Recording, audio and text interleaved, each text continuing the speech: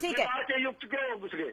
चलिए, इस वक्त हमारे साथ लुधियाना से नायाब शाही इमाम उस्मान रहमान साहब भी हैं। रहमान साहब, यहाँ तो फिलहाल जो बदसलूकी की गई है, कितने लोग वहां पर मौजूद थे, कौन कौन लोग मौजूद थे, क्या इस बारे में आप हमें बता पाएंगे?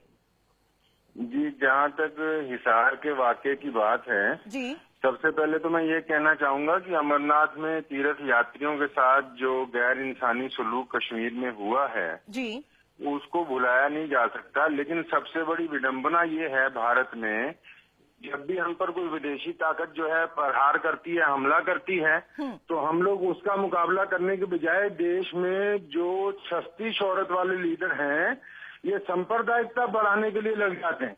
ये इस चक्कर में लग जाते हैं कि दुश्मन को छोड़ो, पहले घर में अपने भाई को मारो ताकि हमारी फोटो भी टीवी के ऊपर आए। आप इनसे पूछिए कि अगर कश्मीर भारत का अटूट अंग है तो कश्मीरी यहाँ जो रहने वाले हैं वो किस तरह अवैध हो सकते हैं? अगर वहाँ कोई आतंकी हमला करता है तो क्या वो मुसलमान है? आपका लश्कर तैयबा का पकड़ा गया एक संदीप शर्मा, क्या अगर उसके आप धर्म के नाम पे ऊपर उसको आतंकी घोषित कर देंगे?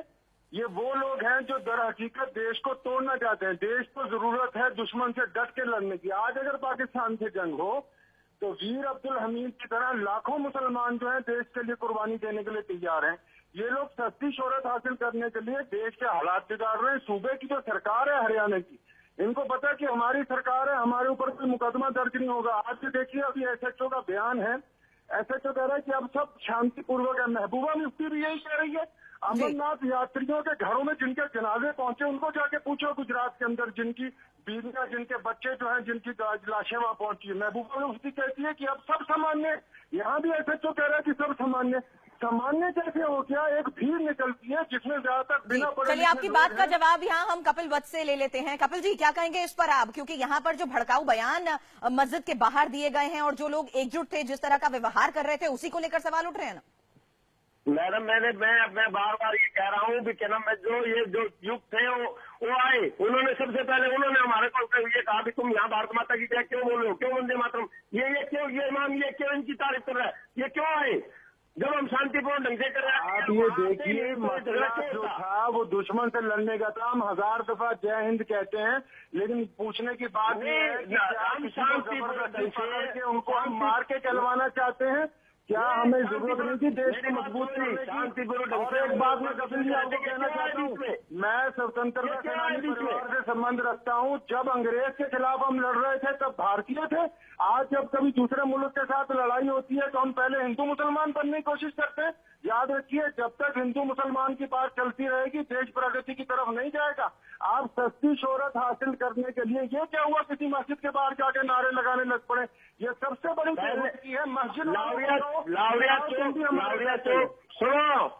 चौक पर मैं प्रदर्शन कर रहा था नाची मस्जिद के आगे, लेकिन जो ये बाहर के जो युक्त जो थे मुस्लिम वो आए, उन्होंने कहा भारत माता की जय क्यों। मैं कहता हूँ कि कोई मुसलमान ये शब्द कह नहीं सकता। आप घटना के बाद अब झूठ भी बोल रहे हैं। सबसे बड़ी विडंबना ये है कि हम लोग जो है अमरनाथ यात्रियों के साथ सद्भावना दिखाने की बजाय या उनको किसी तरह की सहायता पहुंचाने की बजाय हम तो उल्टा देश की पुलिस को काम पर लगा रहे हैं कि सांप्रदायिकता बढ़ेगी। तुम बिल्कुल, और हालांकि जो तनाव की स्थिति अभी वहां पर बनी हुई है उस पर भी कार्रवाई की जा रही है। पुलिस भी नजर बनाए हुए हैं। आप दोनों ने हमसे बात की, उसके लिए शुक्रिया आपका। हालांकि शिव भक्तों पर आतंकी हमले से पूरा देश गुस्से में है, जगह जगह विरोध प्रदर्शन हो रहा है, गुस्सा लाजमी भी है, लेकिन सवाल यही है कि देशभक्ति का ठेका इन लोगों ने अपने हाथ में नहीं ले रखा। और अगर इन्हें कुछ लगता है कि कुछ अवैध रूप से यहां पर चल रहा है तो पुलिस में शिकायत दर्ज कराई जाए, ना कि कानून को अपने हाथ में लिया जाए।